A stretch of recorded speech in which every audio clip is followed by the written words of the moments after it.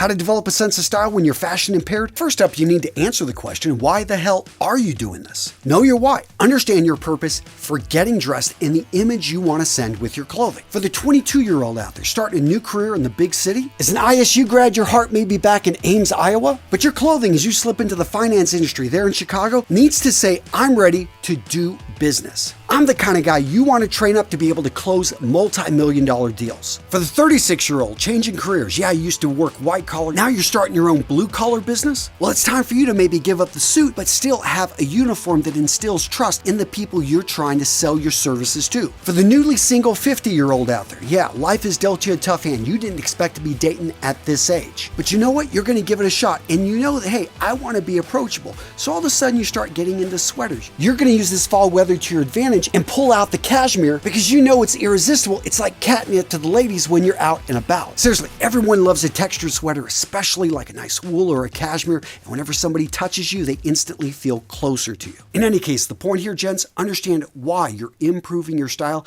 and dress accordingly. Step number 2, fit first, everything else later. Seriously, I've got my style pyramid. We talk about fit, fabric, and function. If I have to put these in order of the most important, I've already got a formula on this. Fit is going to be the item that you need to focus in on first. Because gents, you can go out there and spend $2,000 on a suit, and guess what? If it doesn't fit you, it's not gonna look good. Now, of course, if you've got the budget, buy a really nice fabric, pay attention to construction, but fit has to happen first. Gents, stop wearing a tent, tailor up. In fact, know the name of your tailor, because guess what? Your casual clothing, even your jeans, take those and get them adjusted to fit you better. Any type of button-down shirt, any type of jacket, any type of sweater could actually be brought in. And this is especially important if you spend time at the gym. If you've got a good body, make sure your clothing is showing that off. The next step, gents, is to go from chaos to class. So start with an interchangeable core wardrobe. So by an interchangeable core wardrobe, you are looking to pick up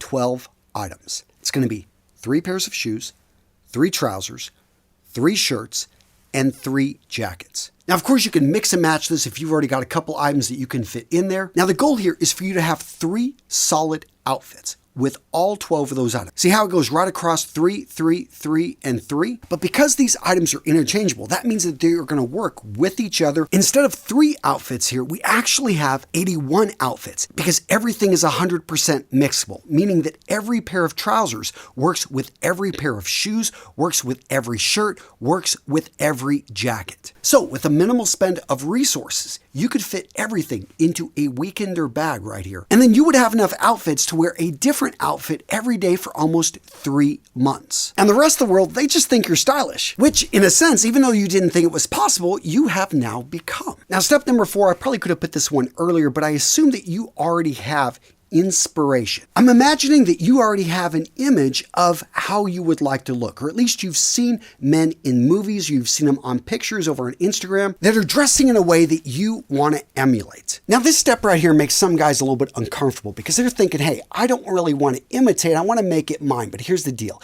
Even if you tried to exactly copy the looks of Idris Elba, Ryan Gosling, Austin Butler, Timothée Chalamet, even if you tried to copy their looks exactly, you still wouldn't be able to get it. And believe me, nobody is going to notice that you are copying them, that you are imitating them. And the value with this is that they've got high-paid stylists that are out there putting all these outfits together. You are just simply being a fast follower. And because men's style in general, especially classic style, moves so slowly, there were looks that were made 40 or 50 years ago. They're still being worn today. Well, guess what? Nobody's going to notice except they're going to notice you looking good. And again, if you stick with more classic styles, you're not getting into the whimsical winds of fashion too much. What I love about this is you can go back to the 1950s, the 1960s, the 1970s, the 1980s, and find classic looks, classic styles, emulate them today, and you are going to have a fresh look. You're going to stand out from everyone else that's trying to copy the latest trends, which right now is kind of baggy clothing and yeah, isn't really doing too many guys too many favors. Step number 5, nail your grooming. In a nutshell, here's the Handsome Devil's grooming arsenal. First up, your haircut. Go ahead and cheat on your Barbie.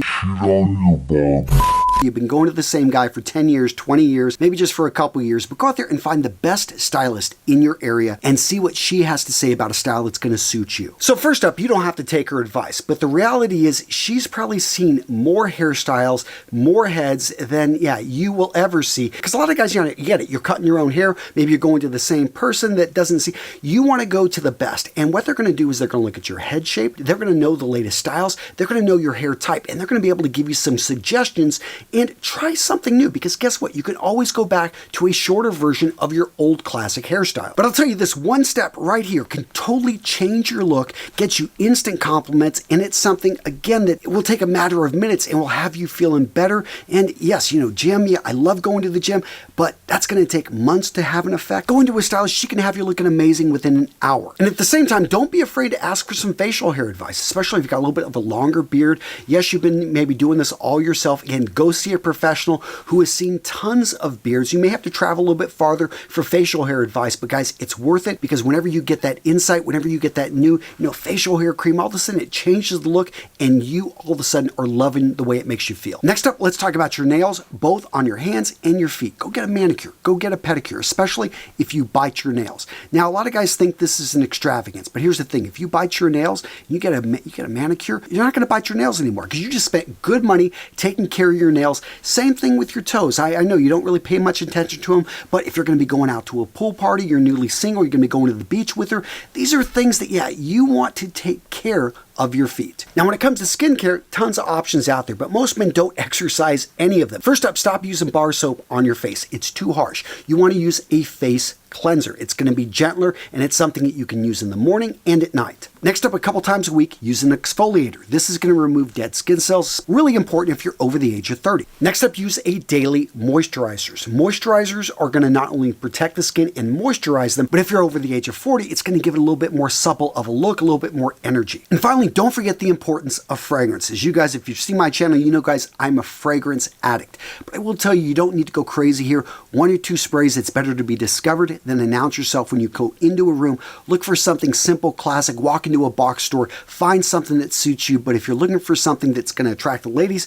go with maybe a vanilla. If you want something to wear for yourself, maybe find something that's a little bit more old school, barbershop, aromatic. Next up, let's talk about how to go from boring to badass. And guys, that is just simply understand the power of accessories. So a simple blue suit like this with the white shirt, but what did you notice? That white, that presidential fold pocket square right there, that's a small, very subtle accessory. Another thing you may have noticed, he's wearing a watch, this is, a skeleton. Now the reality is these accessories are not very expensive. This watch, a couple $100.